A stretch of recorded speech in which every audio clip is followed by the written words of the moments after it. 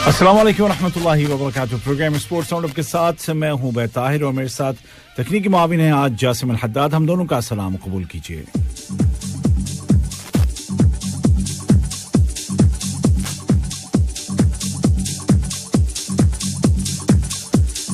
आज तो बात अगर होगी तो सिर्फ फुटबॉल की होनी चाहिए। ये अलग बात है कि हमें चूंकि आपको और भी खबरें बतानी हैं तो हम बताएंगे जरूर, लेकिन इब्तिदा करेंगे फुटबॉल से।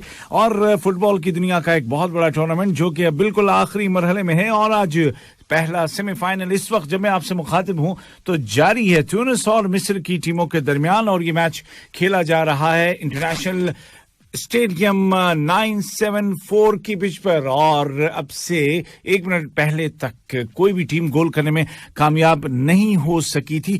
दोनों ही तरफ से कई बार हमले हुए, दोनों ही टीमों को कई सारे कॉर्नर शॉट्स मिले, लेकिन हुआ यूं कि उनमें से कोई भी गोल में तब्दील ना हो सका। और सिर्फ कॉर्नर ही क्यों बल्कि सामने से भी मौके मिले, डी के अंदर बहुत अच्छे मौके मिले दोनों टीमों को। खासतौर पर मिस्र ने 2 बहुत ही कीमती मौके ज़ाया किए और ट्यूनिस ने भी कम से कम एक मौका जो कि बिल्कुल शुरू में उसे मिला था और वो हेडर बाहर चला गया, जिसकी वजह से वो चांस उनका भी बाहर चला गया। तो एक जबरदस्त मुकाबला दोनों अफ्रीकी अरब टीमों के दरमियान इस वक्त जारी है। इनमें से जो जीतेगा वो फिर खेलेगा फाइनल, और फाइनल में कौन आएगा इसका फैसला होगा कुछ देर के बाद, कुछ घंटों के बाद, जब कतर और अलजजायर की टीमें असुमामा स्टेडियम में आमने सामने हों।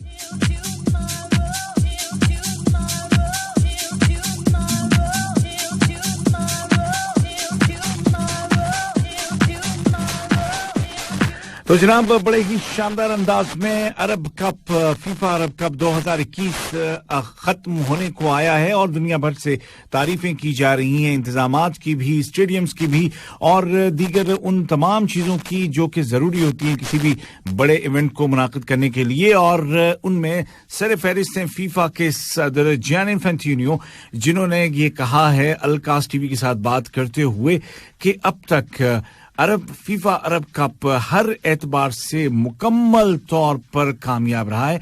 सिर्फ इस एतबार से नहीं कि ये आइंदा साल होने वाले वर्ल्ड कप के लिए एक एक्सपेरिमेंटल इवेंट था, बल्कि उसके अलावा भी इनसे हट करके भी देखा जाए तो जिस एतबार से और जिस जाविये से आप देखेंगे ये टूर्नामेंट आपको कामयाब नजर आएगा।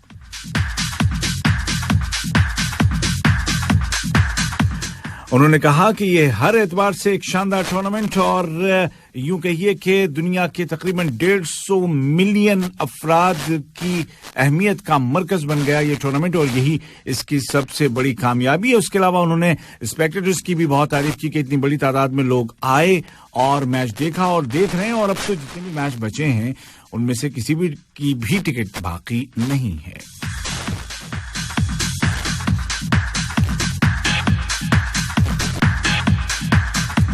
तो ट्यूनिस और मिस्र के दरमियान पहला सेमीफाइनल जारी है और इन दोनों टीमों के मुकाबले के बाद रात 10 बजे शुरू होगा वो मैच जिसका इंतजार है आप सबको, हम सबको, यानी कि कतर और अलजजायर की टीमों के दरमियान होने वाला मैच। जहां तक बात है मिस्र और ट्यूनिस की, इजिप्ट और ट्यूनीशिया की, तो आज का जो मैच है उससे पहले इन दोनों टीमों के दरमियान टोटल 35 मैचेस हुए हैं और इनमें सरकारी मैचेस भी शामिल हैं और जो दोस्ताना फ्रेंडली मैचेस हैं वो भी शामिल हैं।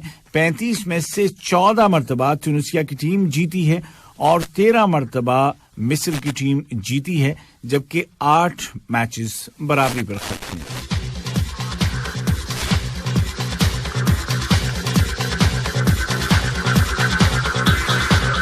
अलजजायर और कतर की टीमों के हवाले से स्पेकुलेशंस जारी हैं, कयास आराइयां हो रही हैं और लोग अपने अपने नतीजे, अपने अपने दिमाग से अपने अपने रिजल्ट बता रहे हैं कि कौन जीतेगा और कितने गोल से जीतेगा। लेकिन जहां तक बात है दोनों टीमों की, तो दोनों टीमों की तरफ से जो बयानात आए हैं, उनके खिलाड़ियों ने जो बयानात दिए हैं वो बहुत ही नपे तुले और बहुत ही जबरदस्त किस्म के, एक दूसरे की तारीफ करते हुए।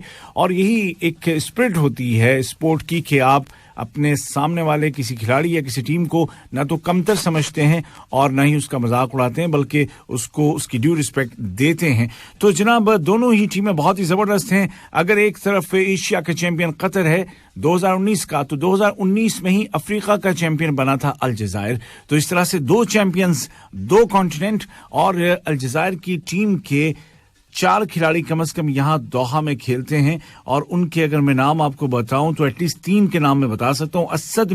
असद में खेलते हैं बगदाद अबू नजाह। इसके अलावा अर्रयान टीम के तो कैप्टन ही है यासीन इब्राहिमी जो कि अलजायर से हैं, और कतर स्पोर्ट्स क्लब के यूसुफ बलाइली जिन्होंने के पिछले मैच में मोरक्को के खिलाफ एक नाकाबिले यकीन गोल किया था।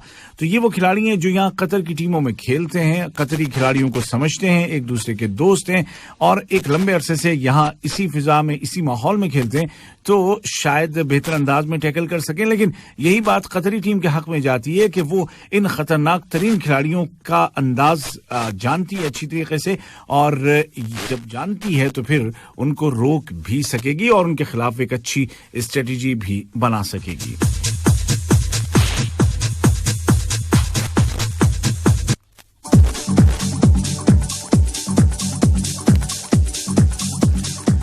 तो जनाब कतर की टीम अगर पहुंचती है अरब कप के फाइनल में और इंशाल्लाह पहुंचेगी तो ये पहला मौका होगा कि वो अपनी सरजमीन पर इस टूर्नामेंट के फाइनल में पहुंचेगी। लेकिन ये एक बहुत ही सख्त किस्म का इम्तिहान है और अलजायर की टीम जो कि अफ्रीका की चैंपियन है उससे मुकाबला है और जो भी जीते। लेकिन आज इस वक्त जो मैच जारी है इन दोनों टीमों का ताल्लुक भी अफ्रीका से है, यानी कि एक टीम तो आज पहले मैच से ही अफ्रीका की पहुंच जाएगी फाइनल में और दूसरा जो मैच है उसमें हमारी दुआएं और हमारी ख्वाहिशात हैं कतर के साथ। अगर वो पहुंचती है कतरी टीम तो ये पहला ऐसा मौका होगा और आज के मैच से उस सूरत में कतर को और फायदा होगा क्योंकि अफ्रीका के खेलने का अंदाज अलग है। बड़े आजम अफ्रीका में फुटबॉल जरा एक दूसरे अंदाज में खेला जाता है और यहाँ अरब दुनिया में एक दूसरे अंदाज में खेला जाता है, तो ये एक तरह से एक तजर्बा भी हासिल हो जाएगा। वहाँ जो इन दोनों टीमों की अगर आपस में बात करें अलजायर और कतर की टीमों की, तो इनके दरमियान सिर्फ 5 बार फ्रेंडली मैचेस हुए हैं और एक बार फलस्तीन नेशंस कप हुआ था, उसमें आमना सामना इनका हुआ था। और उस जो टोटल जो सूरत हाल है इनके दरमियान मुकाबलों की, कतर एक बार मैच जीता है, एक बार मैच बराबर रहा और 3 मैचेस ऐसे हैं कि जिसमें अलजायर की टीम या अल्जीरिया की टीम फाते रही।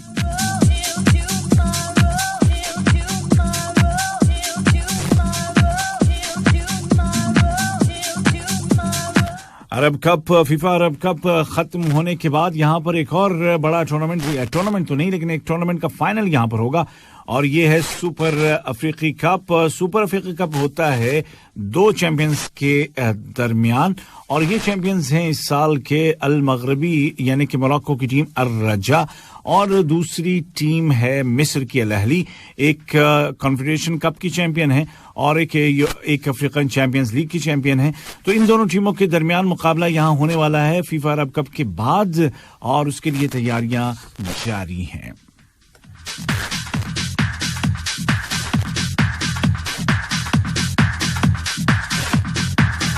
तो बहुत सारी दुआओं और नेक तमन्नाओं के साथ आगे बढ़ते हैं कि कतरी टीम आज अलजायर को शिकस्त दे और पहुंचे फाइनल में और हम कतर नेशनल डे को एक मुनफरिद अंदाज में सेलिब्रेट करेंगे तो सही हम हर एतबार से, लेकिन क्या हो जरा सोच के देखें कि अगर कतरी टीम फाइनल में पहुंचे और फाइनल में भी जीते और वो दिन हो आपका कौमी दिन उस मुल्क का, तो क्या ही बात है।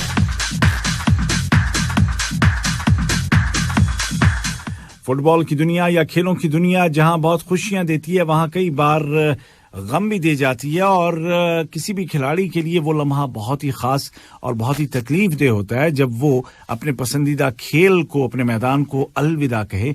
और यही कुछ हुआ है अर्जेंटीना के स्ट्राइकर सर्जियो अग्वेरो के साथ कि जो कि बार्सिलोना में खेल रहे थे और उन्होंने आज शाम एक प्रेस कॉन्फ्रेंस में अपने हेल्थ इश्यूज की वजह से फुटबॉल को हमेशा के लिए अलविदा कह दिया। 33 साल के हैं वो, 18 साल तक वो मैदान में रहे और अपने इस करियर के दौरान उन्होंने 400 से ज्यादा गोल किए।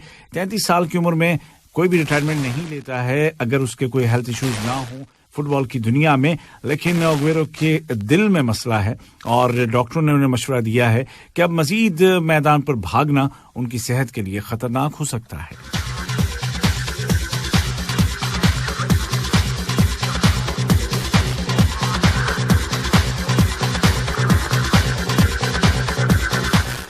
तो जी आगे बढ़ते हैं, कुछ और मैचेस का हाल हवाल आपको या जो होने वाले मैचेस हैं उनके बारे में बता दूं। आज इंग्लिश प्रीमियर लीग के मैचेस होने वाले हैं और ये मुकाबले भी तकरीबन वही 10 के बाद रात को शुरू होंगे, 10:30 बजे और 11 बजे मैचेस होंगे।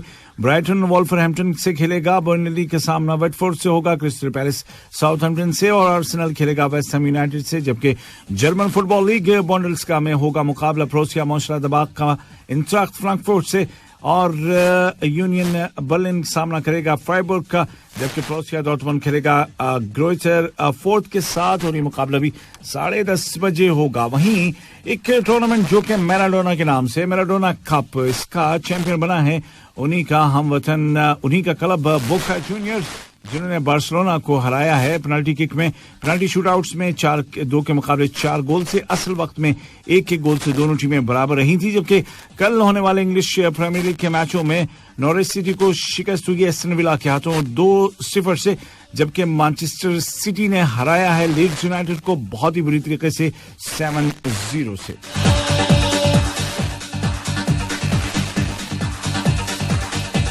कल बुंडेसलिगा में बायर म्यूनिख ने स्टटगार्ट को 5-0 से शिकस्त दी, जबकि -5 ने हराया हर्था बर्लिन को 4-0 से।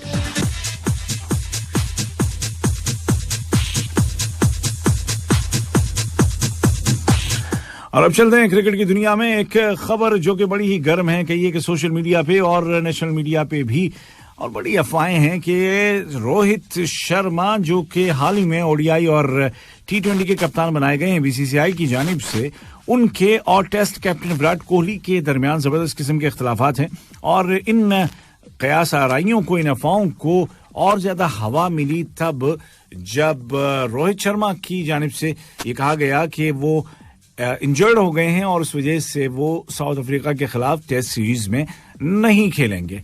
अब सवाल ये था कि अगर वो इंजर्ड हैं तो क्या वो ओडीआई सीरीज तक फिट हो जाएंगे? अगर वो फिट नहीं होते तो क्या विराट कोहली को दोबारा कप्तान बनाया जाएगा? लेकिन विराट कोहली ने ऐलान कर दिया कि वो ओडीआई सीरीज के लिए अवेलेबल नहीं है। अब तो जनाब जितने मुंह उतनी बातें, और जल्दी पर तेल का काम किया इस ऐलान ने विराट कोहली की जानिब से। अलबत्ता एक इंटरव्यू में आज ही उन्होंने ये साफ किया है कि उनके कोई इख्तलाफात नहीं हैं और कोहली का कहना था कि वो 100% देंगे अपनी टीम को, भारतीय क्रिकेट को। और वो उन्होंने साथ साथ ये भी कहा कि मैं ये समझ सकता हूं कि मुझे ओडीआई और T20 की कप्तानी से क्यों हटाया गया। उन्होंने खुलकर कहा कि चूंकि मेरी क़यादत में भारतीय टीम कोई भी आईसीसी टूर्नामेंट नहीं जीत सकी थी, लिहाजा मुझे हटा दिया गया और मैं इस चीज को अंडरस्टैंड करता हूं, समझता हूं। तो जनाब जनूबी अफ्रीका में 3 टेस्ट मैच पहले भारत खेलेगा। 26 दिसंबर से पहला टेस्ट मैच और उसके बाद 19 और 23 जनवरी को होंगे मैचेस, जिसमें के ओडीआई मैचेस भी हैं। तो अब रोहित शर्मा के ऐलान के बाद अगर ये देखा जाए कि कोहली ने जवाब में ऐलान किया है इस तरह का, तो फिर तो वाजे है कि भैया कुछ ना कुछ तो है जो कि सही नहीं है। लेकिन अगर वाकईतन वो इंजर्ड हैं और अगर वाकईतन पहले से ही कोहली नहीं खेलना चाहते थे, तब कोई बात नहीं है, होता रहता है। अच्छा जी, आईसीसी ने रैंकिंग्स भी जारी की हैं और इनमें जॉय रूट टेस्ट जो बेहतरीन प्लेयर हैं टेस्ट के 10, उनमें टॉप पर हैं।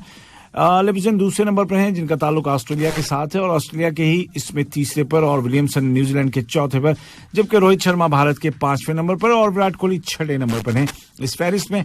जबकि बॉलर्स में कमिंस टॉप पर हैं, अश्विन दूसरे नंबर पर, शाहीन शाफरीदी ने अपने करियर की बेस्ट रैंकिंग हासिल की है और तीसरे टेस्ट की दुनिया के बेहतरीन बॉलर बन गए हैं इस वक्त 822 पॉइंट्स के साथ। हसन अली 10वें नंबर पर हैं टेस्ट में और यूं पाकिस्तान के 2 बॉलर्स, फास्ट बॉलर्स इस फहरिस्त में शामिल हैं। ऑलराउंडर्स में बात करें तो अश्विन दूसरे नंबर पर हैं, होल्डर हैं टॉप पर और इस फहरिस्त में शाकिब अल हसन चौथे नंबर पर हैं। जबकि ओडीआई बल्लेबाजों में बाबर आजम टॉप पर हैं और उनकी टीम ने हाल ही में वेस्टइंडीज को 2-0 से हराकर सीरीज तो जीत ली है, अगरचे एक मैच कल खेला जाना है। भारत के कप्तान विराट कोहली ओडीआई में दूसरे नंबर पर हैं और रोहित शर्मा जो कि इस वक्त के कप्तान हैं वो तीसरे नंबर पर हैं। और अगर बात करें ओडीआई बॉलर्स की तो न्यूजीलैंड के ट्रेंट बोल्ट हैं पहले नंबर पर, हेजलवुड हैं दूसरे नंबर पर और अफगानिस्तान के मुजीबुर रहमान बेहतरीन ओडीआई बॉलर्स की फहरिस्त में तीसरे नंबर पर हैं। जबकि बांग्लादेश के मेहदी हसन 5वें नंबर पर और भारत के बुमराह हैं 7वें नंबर पर, शाकिब उल हसन हैं 9वें नंबर पर और बेहतरीन ऑलराउंडर्स में ओडीआई के शाकिब उल हसन टॉप पर है, मोहम्मद नबी हैं दूसरे नंबर पर जिनका ताल्लुक अफगानिस्तान से, तीसरे पर क्रिस वॉक्स इंग्लैंड से और चौथे पर एक बार फिर अफगानिस्तान से राशिद खान हैं। पाकिस्तान के इमाद वसीम इस फहरिस्त में 8वें और भारत के जडेजा 9वें, जबकि जिम्बाब्वे के सिकंदर रजा हैं 10वें नंबर पर।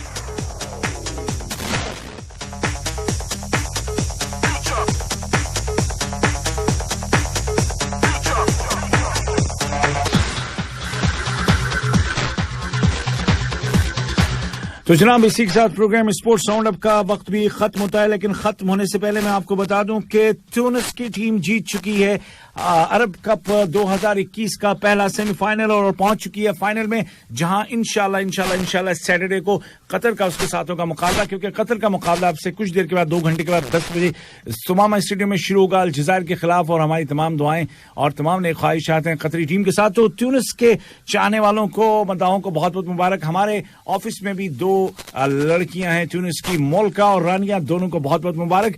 और स्पोर्ट्स राउंड अप से उबैद ताहिर और जासिम हद्दाद को इजाजत दीजिए।